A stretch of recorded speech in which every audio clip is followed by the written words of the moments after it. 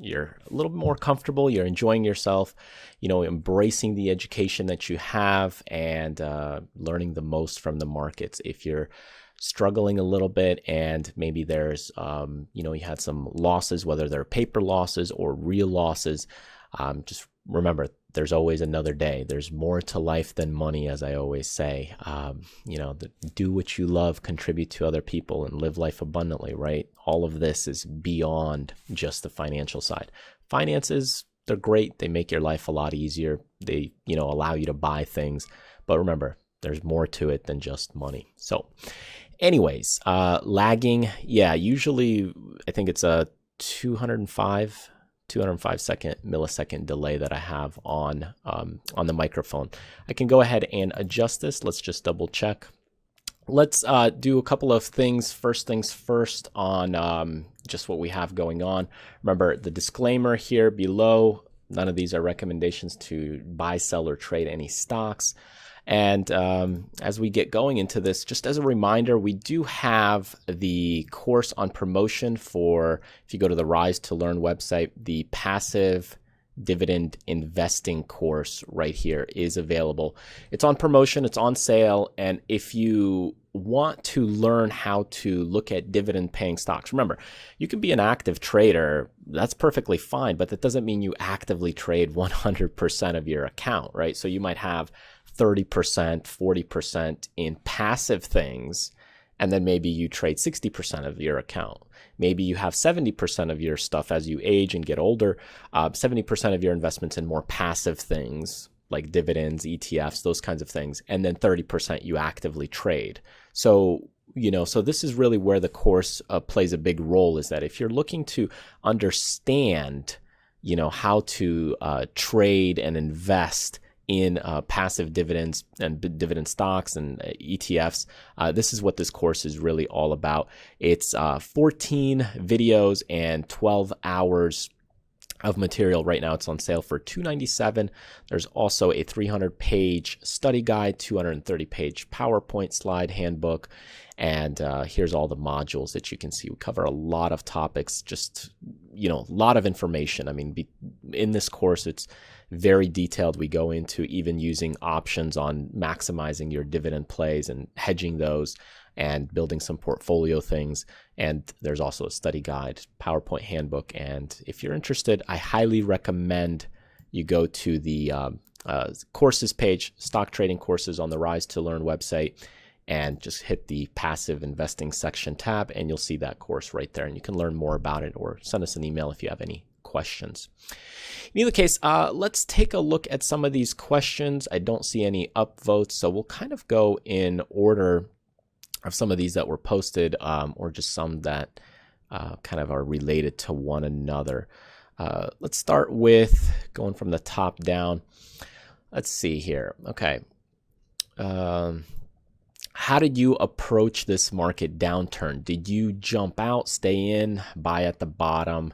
Thanks. So good question. There's my trading. You have to remember that I trade things probably differently than you trade things. And that's just because there's no two people alike. I trade a certain way, just the same way that you might buy a different car than I would. Some people prefer minivans, other people prefer trucks. It just depends on your personal style, risk levels, where you are, and your personal needs. I will tell you, I did hedge quite a bit, and I posted this on Twitter right there. You can see here's my call side contracts that I was hedging all up in the 29.20, 29.30, tons of contracts. So I posted this on Twitter to hedge for the downside move. Now, that was one of the hedges that I did. I'll show you a couple of other hedges that I did. I put in some calendars right here at lower levels. So you could see this one was like at 2.830, 2.810. So I got out of those earlier because it started to move beyond my estimated move. And I even hedged much earlier than that. Even January 18th over here, I posted one of these as a hedge. This is an unbalanced butterfly if you're into options. I hedged kind of this way as well. So you could see here, this one is kind of between 2650 to 2700 is where's the nice sweet spot. And we're kind of trading right around there. So anyways, this is another nice hedge, you could put on for very little money and kind of play it that way. You can always get out of these earlier. So a lot of these things, and here's another one, by the way, that I used as a hedge. Very tight and explosive right here. Also a hedge around 2650, 2700, because that's basically a 10% move. That's what I was hedging for. And I will tell you that I still had to liquidate some of these positions. Now, these hedges helped, but I still took some losses. Absolutely. When you get a flush of everybody liquidating at once, it's very difficult. Doesn't matter, how you're specially positioned. It's just you have a big flush, a big down move, and the liquidity becomes more of a problem because the market makers create a wider spread. So it makes it a lot tougher to get out of positions. Now, some of those other things worked out well, but considering that we were moving up for so long, you still had to trade the market as well as it's moving up. So you don't want to put on too many hedges because then, you're losing money. On the other hand, if you go too big, too fast to the upside or to the downside, then you're going to be losing money from the theta decay. So you kind of have that trade-off. Okay, so if I go full in to the upside, I have no downside protection. If I hedge a little bit, you have some downside protection. But if it really explodes down, you're still kind of in somewhat trouble. So anyway, the market usually moves up with time. But the big question is here, will it continue to move lower? Now, so basically, I still dumped a lot of my hedges. I dumped a lot of the other contracts, and that's just the way I trade, is positioned that way. Boom, got rid of those. Some of the positions I'm still in right now. But other than that, you liquidate what you need to do, and the positions that are safe, that I know that are safe, you try and let them hold. So hope that answers that question. Anyway, let's take a look at a few. Let's discuss a little more about this market, I guess.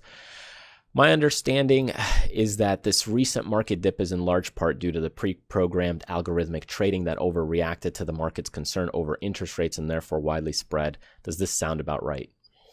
It doesn't really matter what it's about. It doesn't really matter if the bubble's a real estate bubble. It doesn't matter if the bubble's a tech bubble. It doesn't matter if the bubble is due to printing money. The thing is anytime you get stretched valuations, anytime things get stretched, it's going to pull back. And for those of you that are new, have been trading, less than a couple of weeks or less, a couple of weeks is great actually, because then you get to experience these down market moves, and you're probably not trading live. But if you were trading, volatile stocks, like things like, Shopify, Square, Teslas, some of these stocks are more volatile, right? They didn't take as large of a hit on some individual stock positions as you would think, but you get some nasty down day moves here, like in Amazon, right? So you have a move up that was up here to down here, and that's a wide spread for new people to endure. You're not used to seeing that. You're used to seeing this constant up movement, and a constant up movement. It feels great to make money, right?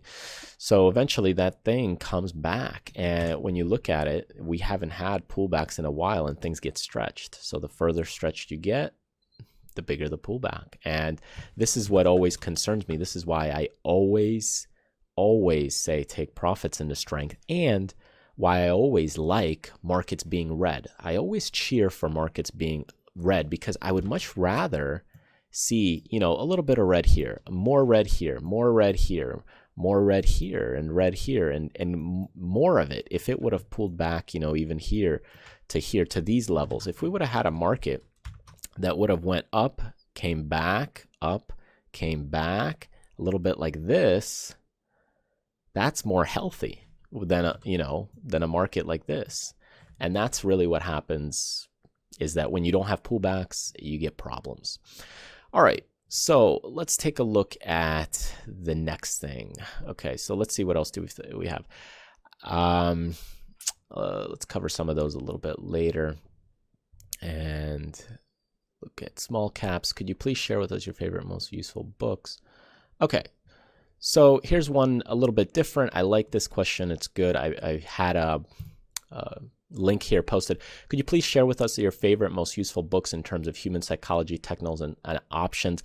Love to know your mentors in the past and nowadays, if you think it's appropriate enough to discuss. I think it's a great question. Mentors is going to be from all sorts of different people. Back when I was getting started in this, there was not a lot of videos online. In fact, it was more dial-up and things like that. So it was very tough to get a hold of people, not to mention it was very expensive. Now, with discount brokers, more people are in the industry. So I didn't really have a lot of mentors. It was more gathering little insights here and there from everybody. So it was a little DIY, learn on your own. And that's why it takes 10 years when you do it that way. It takes a lot longer. Now there's more mentors and people available, and online with video conferencing makes things a lot easier. But I'll give you a couple of books here to scan. This is just my Amazon wish list that I just collect some books here and there that, buy and read. And you can see some on the psychology side right here that, if you take a look at these, some of these don't even have the best reviews or a lot of reviews, but they're good for the brain, for the mindsets, for the psychology, for, overall learning about yourself, about learning behavior. Here's one about animals, because humans are somewhat act and react like animals. There's also some even sexual choices books that are also interesting. So if you read dating relationships books, they're also very good for psychology. So always be open-minded to looking at different books and evaluating them on how they can benefit you. Not necessarily that they're trading specific, but they might be somewhat unrelated, but still help you. So here's Change Your Brain, Change Your Life, 4 Arguments for the Elimination of Television. Also, interesting books to really get you to thinking. Our Inner Ape, very nice book right here. Power versus Force. Let's see. A Man's Guide to Pleasuring a Woman, not necessarily that helpful. The Way the Superior Man, The Road Less Traveled, A New Psychology of Love. The Buying Brain, His Brain, Her Brain. This is also good. I like studying relationships books simply because, again, you have different brains within the female mindset and the male mindset, because there's just a bigger difference in the way that we approach decision making, and it's really a good thing to look at the other side, right? So if you're a guy who's trading in the markets, or a male, it's always good to study the female brain, because it can help you add some perspective, right? Here's some other psychology books. Here's a handwriting book. Again, evaluating handwritings is kind of interesting, because you can also see, again, looking at different handwritings, what does it tell you? Not necessarily just about you, but how do you classify people, right? Body language, feel the fear, the sound of your voice, comedy writing. This is also interesting too. Again, perspective of writing comically, so that way you get away from your emotions. It just, again, puts you in more perspective. And here's some sales letters and things like that. This is more marketing. I think I have some others right here. Very good. 7 Masters, 1 Path. Radical Honesty. Again, Telling the Truth. Again, a book real nice for psychology. Vital Lies, Simple Truth. So you can see I'm very open to a lot of different books when it comes to mentality, psychology, brains, thinking. It doesn't matter what they are. Psycho-cybernetics, and there's a lot. Anyway, there's a lot of books. Just get your hands on what you can, and read them all, and see what is it that you can benefit from them. As far as technicals, I think the best technical book, and I don't have it right here, I have it over there, is probably the Encyclopedia of Chart Patterns by Bowski. So take a look at that. It's a really good technical book. Of course, you could take a look at some of the books that we have as well if you're interested in looking at some different charts, just a collection of charts. There's 245 money-making chart patterns books, also handy and helpful. As far as options goes, there's not a lot of great option books out there, because the option side is very difficult to teach in a book, I found. Even me thinking about writing a book on options, you're looking at time constraints and the way that time works within a book to teach people about time is difficult, whereas on a video, it's a lot better. So I don't know. Options, I haven't found that many great options books. Anyway, all right. let's take a look here. Let's see, go back up. There's a Chinese e-commerce website for major Western brands growing. Can you have a look at their chart? Okay, so here's one. Let's see, BZUN. Let's look at a few charts here real quick. When I look at a chart, again, I always look at, this is TradingView. You can also look at TC2000. It's totally up to you which platform you look at.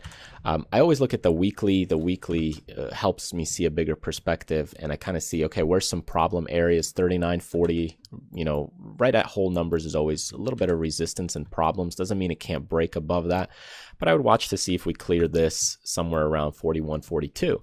And if we do, then that's great. And I like seeing these consolidation patterns because, again, great news because you get breath, you get digestion. That's fantastic.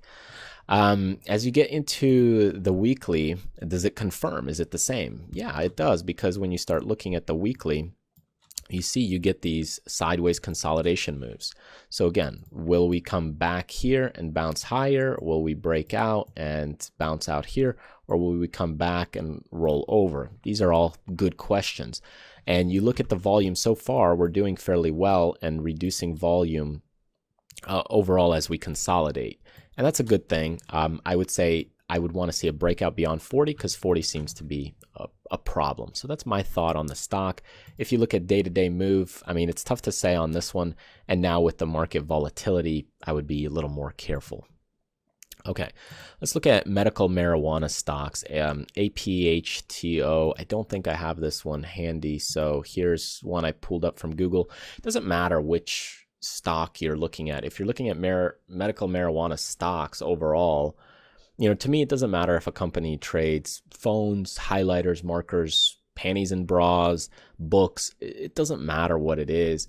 Can you trade it? Yeah, you can, but I don't buy into the hype of the industry. Now, yes, this industry could have a lot of hype to it because there's people interested in it. Just like with Bitcoin, you can have that initial pop move, and let's just look at the yearly, and you can see as we're heading higher here, you can head it higher, pull back, and then you can again continue it from there. But the problem here is always, well, what's your risk? What's your reward? What are you planning for? And that's really what you come down to, is that an investment is an investment, but what are you risking for the reward? And you need to balance that out. That's really the key in any industry here that you're looking at, because that's more important than the investment itself of what it is fundamentally. Simply because I could put $1 million on this investment, and for some people that's nothing, that's chump change, and for other people, that's a lot of money. So, but what are you risking for the potential reward? I mean, if this can have high implications for the run up, that's great news. But again, you got to look at the opposite effect.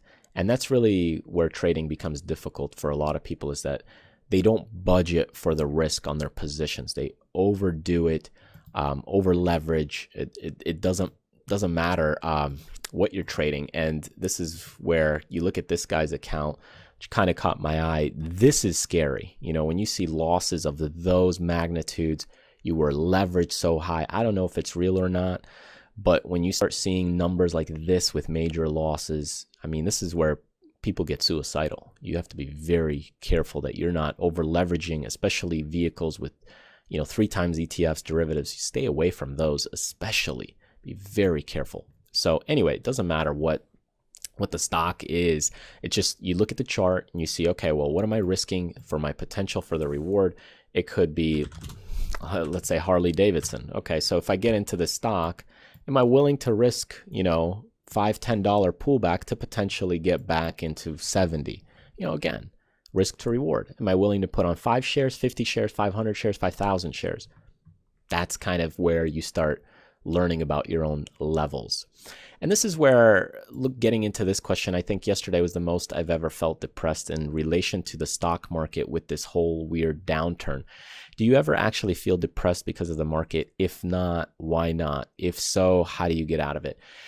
Yeah, I mean, at times, yeah, things do make me upset because I feel, oh, I screwed up. It was my fault. I should do better.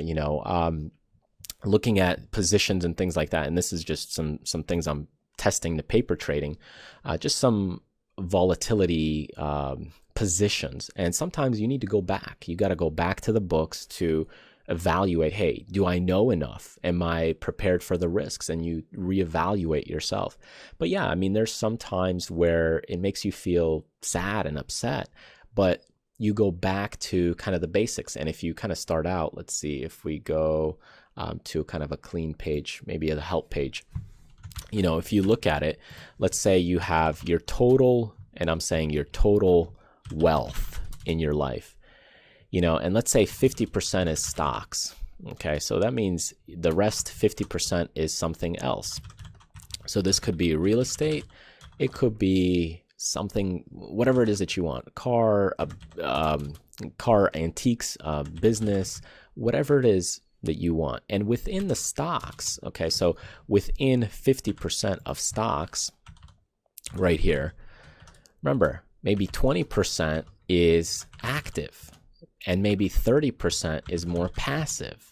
So you start diversifying in that way.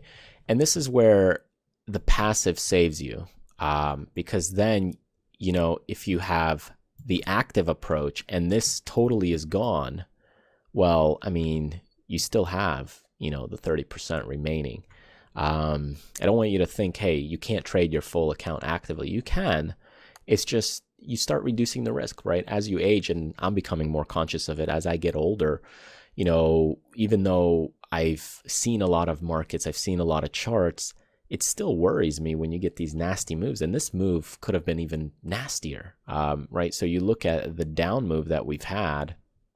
I mean, especially you look at this account, but you look at the down move that we had in the SPX. This was still a 2-3% drop right there in one bar, but still the trades were executed very fast, algorithmically. Especially if you're watching these things, it gets very dangerous, very nasty, very quickly. And for me, I would say if you're trading, even for me right now, if you're looking at option trades or anything like that, under 20 VIX is where you want to stay at, right? So I'd say 15 to 20 is a sweet spot. I've said it before. You could probably go into 22, but you want it a little more calm. If you get above 20, that's really where panic sets in and you get those spikes down. Now, you could also have spikes to the upside. Total greed, but it's very rare to see that. But really 15 to 20 is a nice sweet spot for option traders. Here in these trading markets, we've been kind of in the 9s and 10s, which is not healthy. If you have like a market at 12 VIX, which is a little bit more fearful, I think it's a good thing because you get those pullbacks and it's healthy. The market won't go up as high as fast, but I think it's better for trading, for everybody to adjust to their account balance fluctuating a little lower in their 401ks and not seeing returns day to day. So anyways, when you deal with this, you go back to the books, you study more, you take those losses, you move on, but you try to allocate things for better. What is it that you can do the next time? And, if you know enough, you put enough education to it, then, you'll make it back. It may take a little bit of time. You'll make it back, but don't be suicidal. Don't be too upset. You'll be upset for a while. You might have a hole in your heart for a while, but don't let it get you down month after month. Sometimes close the trading screens, turn off the computer, go read a book, go watch a movie, and deal with it and move on. And try to diversify and allocate. Don't put everything in one basket, right? Not in anything in one stock, not in anything in one position, not in anything in one house. I hope that helps. So I'm with you.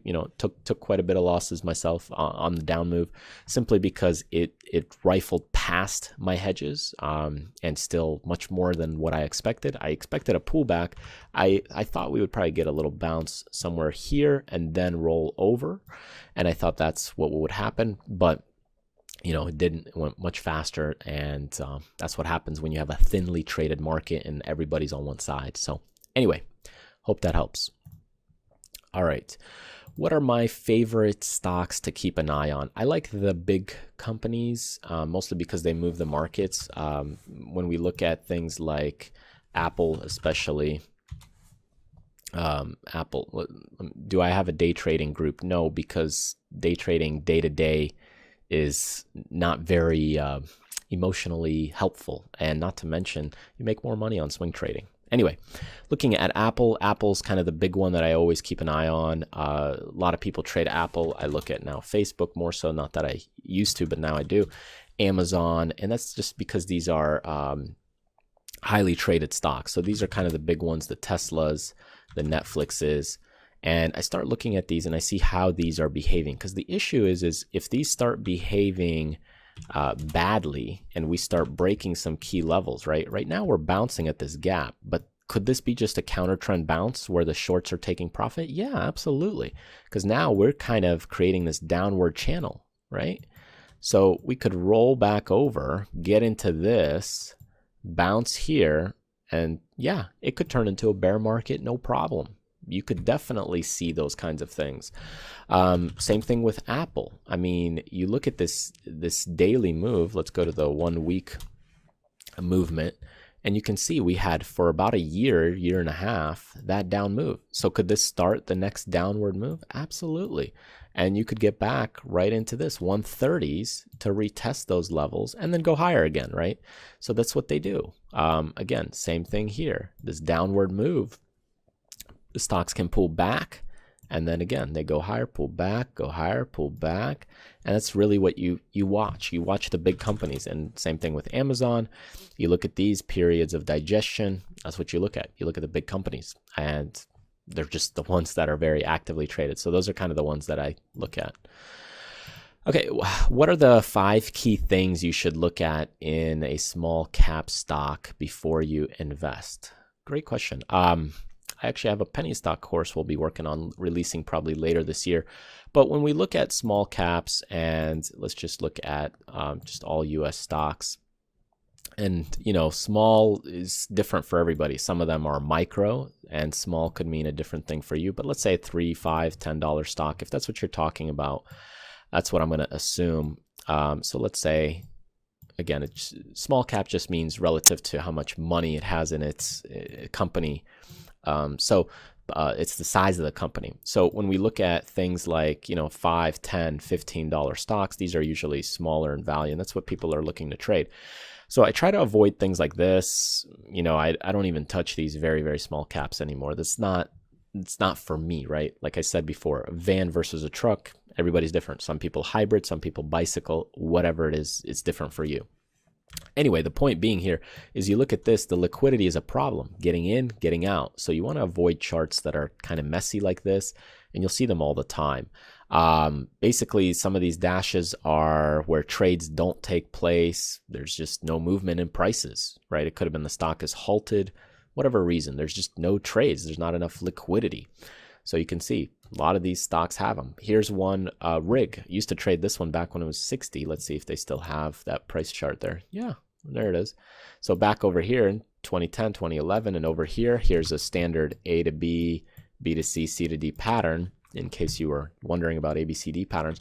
But now you start looking at it, okay, is there enough liquidity? So 9.2 million shares, yeah, that's enough liquidity to get in and out. And now you start looking at where's the technicals. Now, normally, most of the time, cheaper stocks get sold off. So after they bounce, they get sold off. Bounce, sold off. Bounce, sell off. So they're cheap for a reason, right? So that's why normally the natural tendency for cheap stocks is to go lower. The natural tendency for good companies is to appreciate and grow in value. Most people want good, high quality stocks. If you look at, what's the natural tendency of a vehicle? It's going to break down eventually. That's just deterioration. That's just the way it works. It's the energy flow. So it doesn't mean these can't break out, and some of them do, and that's how you trade penny stocks. You look at valuations or support levels of those prices where they're bouncing. As far as fundamentals go, a lot of fundamentals don't even apply when you're trading cheap stocks, because you can't really spot them. You can't evaluate them, and by then things have already changed. So these move on momentum, right? So it's here, you break out, you test it, boom, you're in the stock, you take profits a couple of days later, and now you're out because this thing could pull back, right? So anyways, hope that answers your question. All right, let's see. What are some useful techniques or rules for exiting, such as if it drops below 20-day moving average or reach 1 to 3? I find it difficult to let positions run. Typically, when you look at, there's a lot of different techniques. Some people in the options world, they use kind of a percentage basis. So let's say you look at this probability level. So if you're trading options, let's say you put one on at the 20%.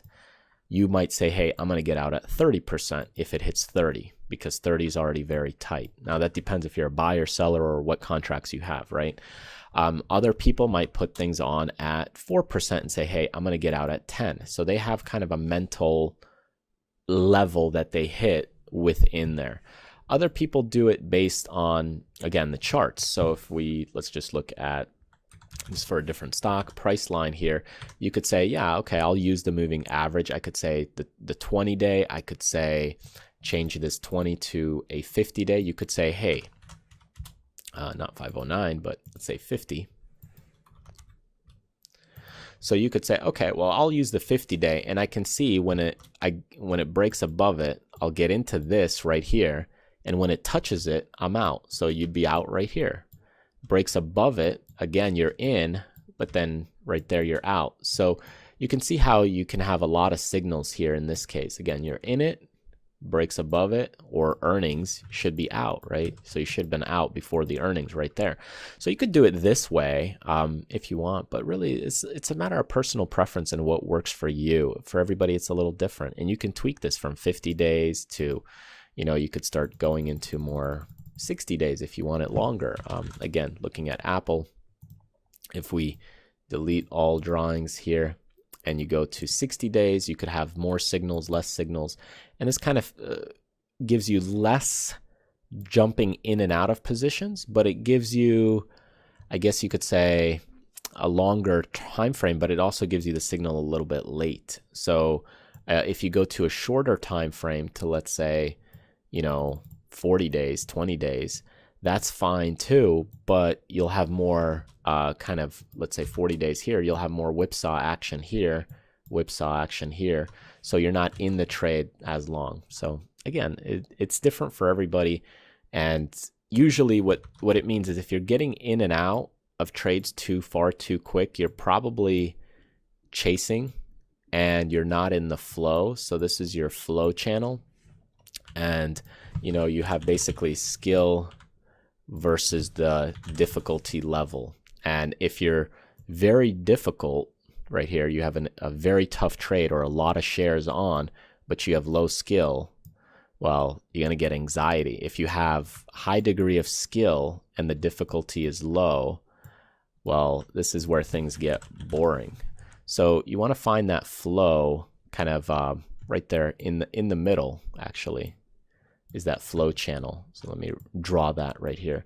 So you have this flow that you want to be in that channel and try to match up your skill with what you're doing. Maybe that helps. Okay.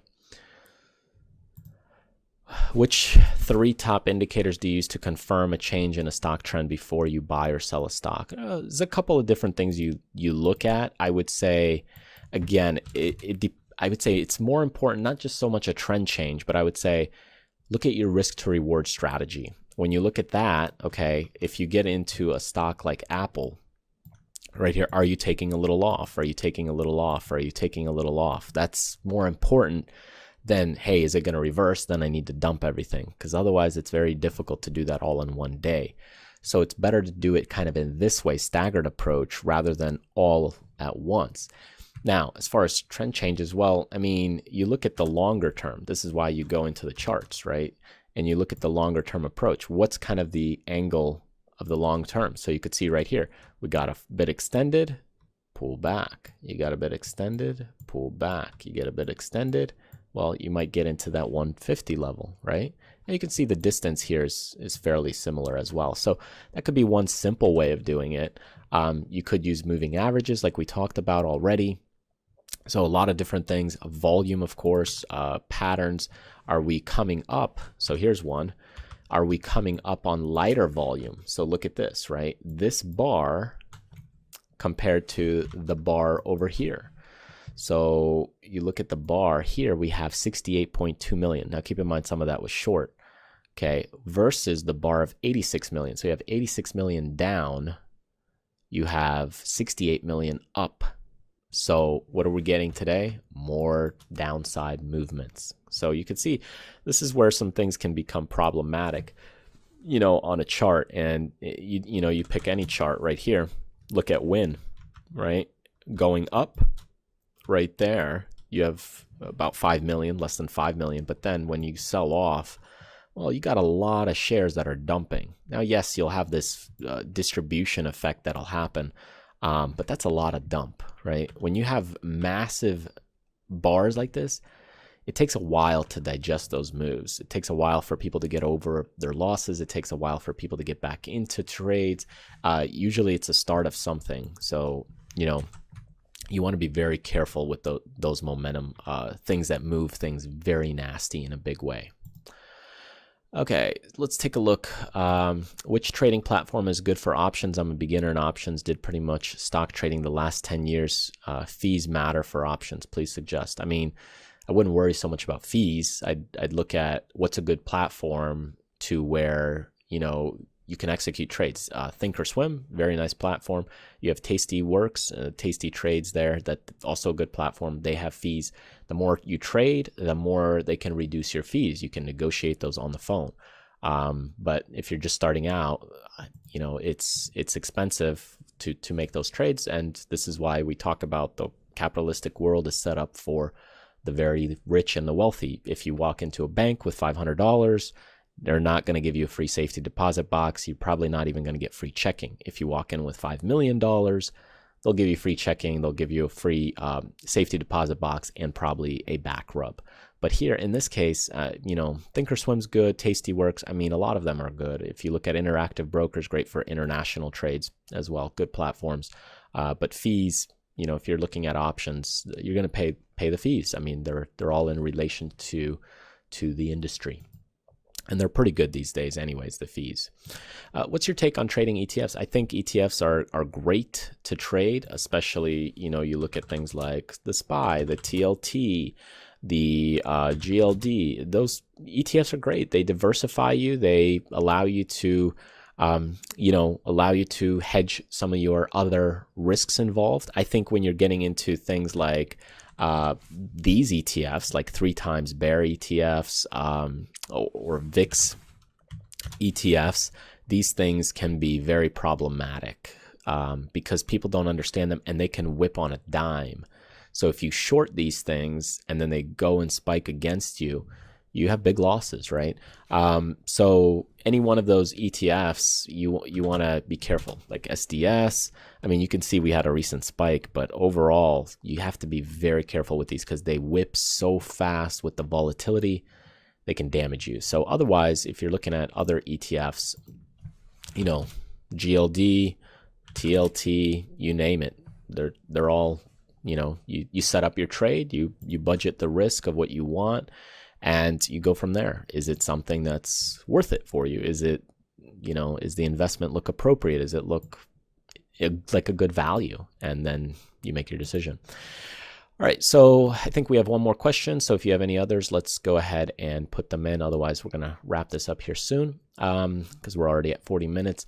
Thanks for your content. It has been very inspirational, motivational. I am in a transition phase to eventually become a full-time trader from my full-time job.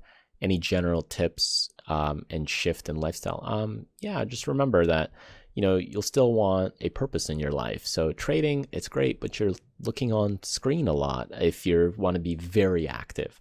If you want to put on some option trades or set some trades up and allow those to cook and work, yeah, then by all means you can do that. But I would look at trading as more as a supplement. Can you do it day to day? Absolutely. But is it set up and fit everybody's lifestyle? No. So look at, your family, your kids, how much time you want to put into it. For me, I enjoy doing things like the book material and courses. I like teaching, and this is why I do the webinars. This is why I do the videos. I enjoy that kind of thing. And if this is what you enjoy, if you enjoy something else, then, combine it with trading. Trading, you don't have to just trade, because it's not like the more you trade, the more money you're going to make. Sometimes trading less will yield you more returns. So it's important you recognize that finding also a purpose behind trading beyond just trading. I hope that makes sense. Because this is why I like writing books. Some people wonder, well, why do you write books on this, or why do you write books if you can trade? Well, because you have to do something else that's more meaningful in your life to connect to other people. There's a bigger purpose behind it, because otherwise trading is just kind of for yourself and in your own world, right? A lot of it mastering yourself. Whereas when you're looking at books and contributing and contributions that you can do, well, I can contribute much more through my educational material than I can, making money on the stock market to you, right? So I hope that makes sense. So anyways, all right, what does it mean to hedge? Well, hedging basically means, you take the opposite approach. So if you have, let's say, 500 shares of SPY to the upside, right? Let's say you have 500 shares of SPY and you bought it over here. Well, I might hedge that. By hedging, it means, well, you cut. So I'll cut that and I'll say, hey, well, I'll take some option contracts to short it as well, but I'll take it like 6 months later. So if it goes back against me, well, at least, yeah, I'm still going to lose on this position, but I'll make money over here from these option contracts. And hopefully the loss over here is not as bad, right? So maybe it's just a bad loss, but it's not as worse as it could have been. So I hope that makes sense. Here we've established possible trading channel for SPY, also a few stocks, long, brief. Let's just do these real quick. FDX, FedEx. So again, yeah, you have a normal pullback right now. So this is all normal. I would say let the dust settle if you're kind of new. I wouldn't trade these markets right now until the VIX gets back into 20 and stabilizes there for a day or two, or gets back under. These are very volatile markets, so the bid-ask spread is very tough. RJF, the same thing. You might be seeing right now a counter trend bounce, so you have to be very careful. It doesn't mean you can't do the dip like we've been having and roar higher. It doesn't mean you can't do that, but you want to be very careful, because eventually this thing will pull back, and it could even pull back to the 150. First it'll probably get into the 200s and consolidate there for a while. But yeah, you could see it in 150. If you really get a market panic, you could get some nasty, nasty things. Anyway, be very careful. Same thing here. Massive sell-off, counter trend bounce. Will you see further movement down? A couple days or a couple weeks? Maybe. So trade them well. Let the dust settle. When is your swing trading video course coming out? Actually, if you're talking about, I think you're talking about this one. It's going to be probably towards the end of the year. This one, Swing Trading Full Circle. I've planned a lot of these courses I want to do over the next 5 years, so not all of these are coming out this exact year. That one is actually going to be a kind of a 5 to 7 day webinar. It might be 3 to 4 day webinar, kind of going hour after hour with me. So it'll be kind of, could be Monday through Friday, and we're just going to go for like 4 hours every day. So I have to plan it out a little bit more, but it'll probably maybe towards the end of the year at best. So there's a lot of other things I have still in the works that I need to do, but it's not for a bit. It's just to get things going. If you want to get notified, you can sign up to any of these and get kind of notifications as things get released. So I slowly work on things, throughout the day, little by little on education when I'm not trading or looking at positions, and making videos for you guys. So that's kind of my balance, my approach to the lifestyle. So anyways, thanks for joining us today. I hope you found it helpful, insightful, and a little bit more motivational. If you had a little bit of losses here this week, again, I'm sorry, I'm with you. It happens. It's part of the industry. look forward to what you can do, how much time you have left. Is it 30 years, 50 years to live, 20 years to live? Enjoy your life, make the most of it, and look at the bigger picture. Start looking at, okay, how do I diversify a little more? How do I budget a little more in other ways? How do I balance things for the next downside move? They're going to happen, and it's going to continue to happen. It's just, how do you protect yourself against those movements? That's really all I can say, is that, hey, it's not as bad as some other people. Look at what you can do to improve. Move on. There's bigger things in life, but what you don't want to do is over leverage yourself to the point where you owe money. Instead, look at this trading capital as, hey, this is your trading capital. You're trying to make the most you can. Sometimes it doesn't work out, and say, hey, what can I do better? It just, what is it that I can do better next time? And that's it. And you can't beat yourself up too much about it. So anyways, thanks for joining us. Hope you guys have a great week ahead. We'll actually be going to Florida here in a couple weeks for vacation. So maybe I'll try to make a video from there. So other than that, enjoy the day, make the most of it, do what you love, contribute to other people, but remember, live life abundantly. All right. Thanks again. See you next time.